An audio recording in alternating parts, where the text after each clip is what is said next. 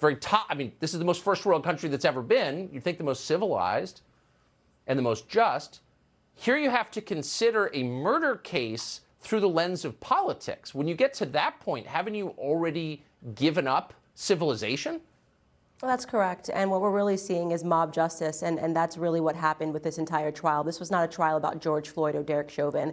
This was a trial about whether the media was powerful enough to create a simulation and decide upon a narrative absent any facts. Whether it was powerful enough to repeat showing and talking about a 9-minute clip that came from somebody's cell phone without adding any context, without showing the full, the full police video, which they could have released. They refused to release the full body cam, which would have added more clarity to the fact that the media was lying. The media came out. Let's not forget this, Tucker. The media came out and told us that this was a man who was just getting his life together. He was a good member of society, and he got mixed up because a racist white police officer had it out for him and killed him.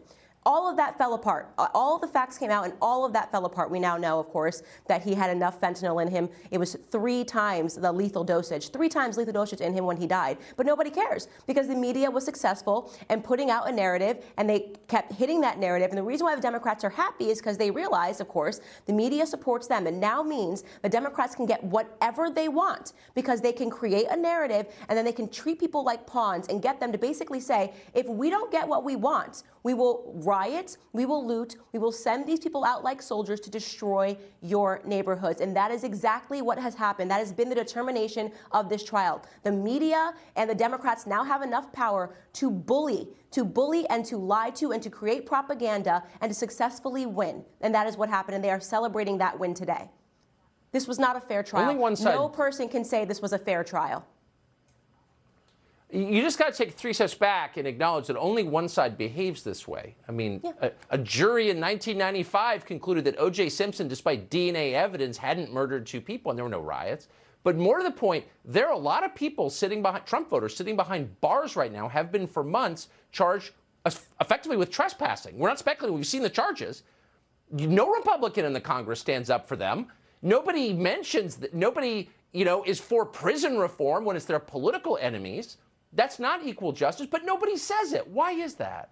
Because we have 2 pandemics going on right now. There's a pandemic of ignorance in this country, and that is only allowed to fly because we also have a pandemic of cowardice in this country, okay? So we have people that are purposefully putting out a bunch of ignorant claims, and then we have people that are too cowardly to stand up and say, you know what, this is wrong. There has been so much that has been going on in this country that is wrong. You talk about it, I talk about it, but we do not have people that are sitting in Congress that are willing to take this fight where it needs to be taken. By the way, you bring up Maxine Waters inciting violence. I'm so old, Tucker, that I remember when a man said, march peacefully and patriotically to the Capitol, and that was considered an incite to violence, right? That was like, oh my God, stop the press, get this person disappeared from social media because he is calling for violence. Look at what Maxine Waters says. No one in the media is condemning these remarks. That same media that condemned Trump and his supporters for weeks on end is now defending Maxine Waters. And we both know this is not the first time that Maxine Waters has incited violence. Don't forget, rush down. If you see a Trump supporter, you got to rush them down in the restaurants.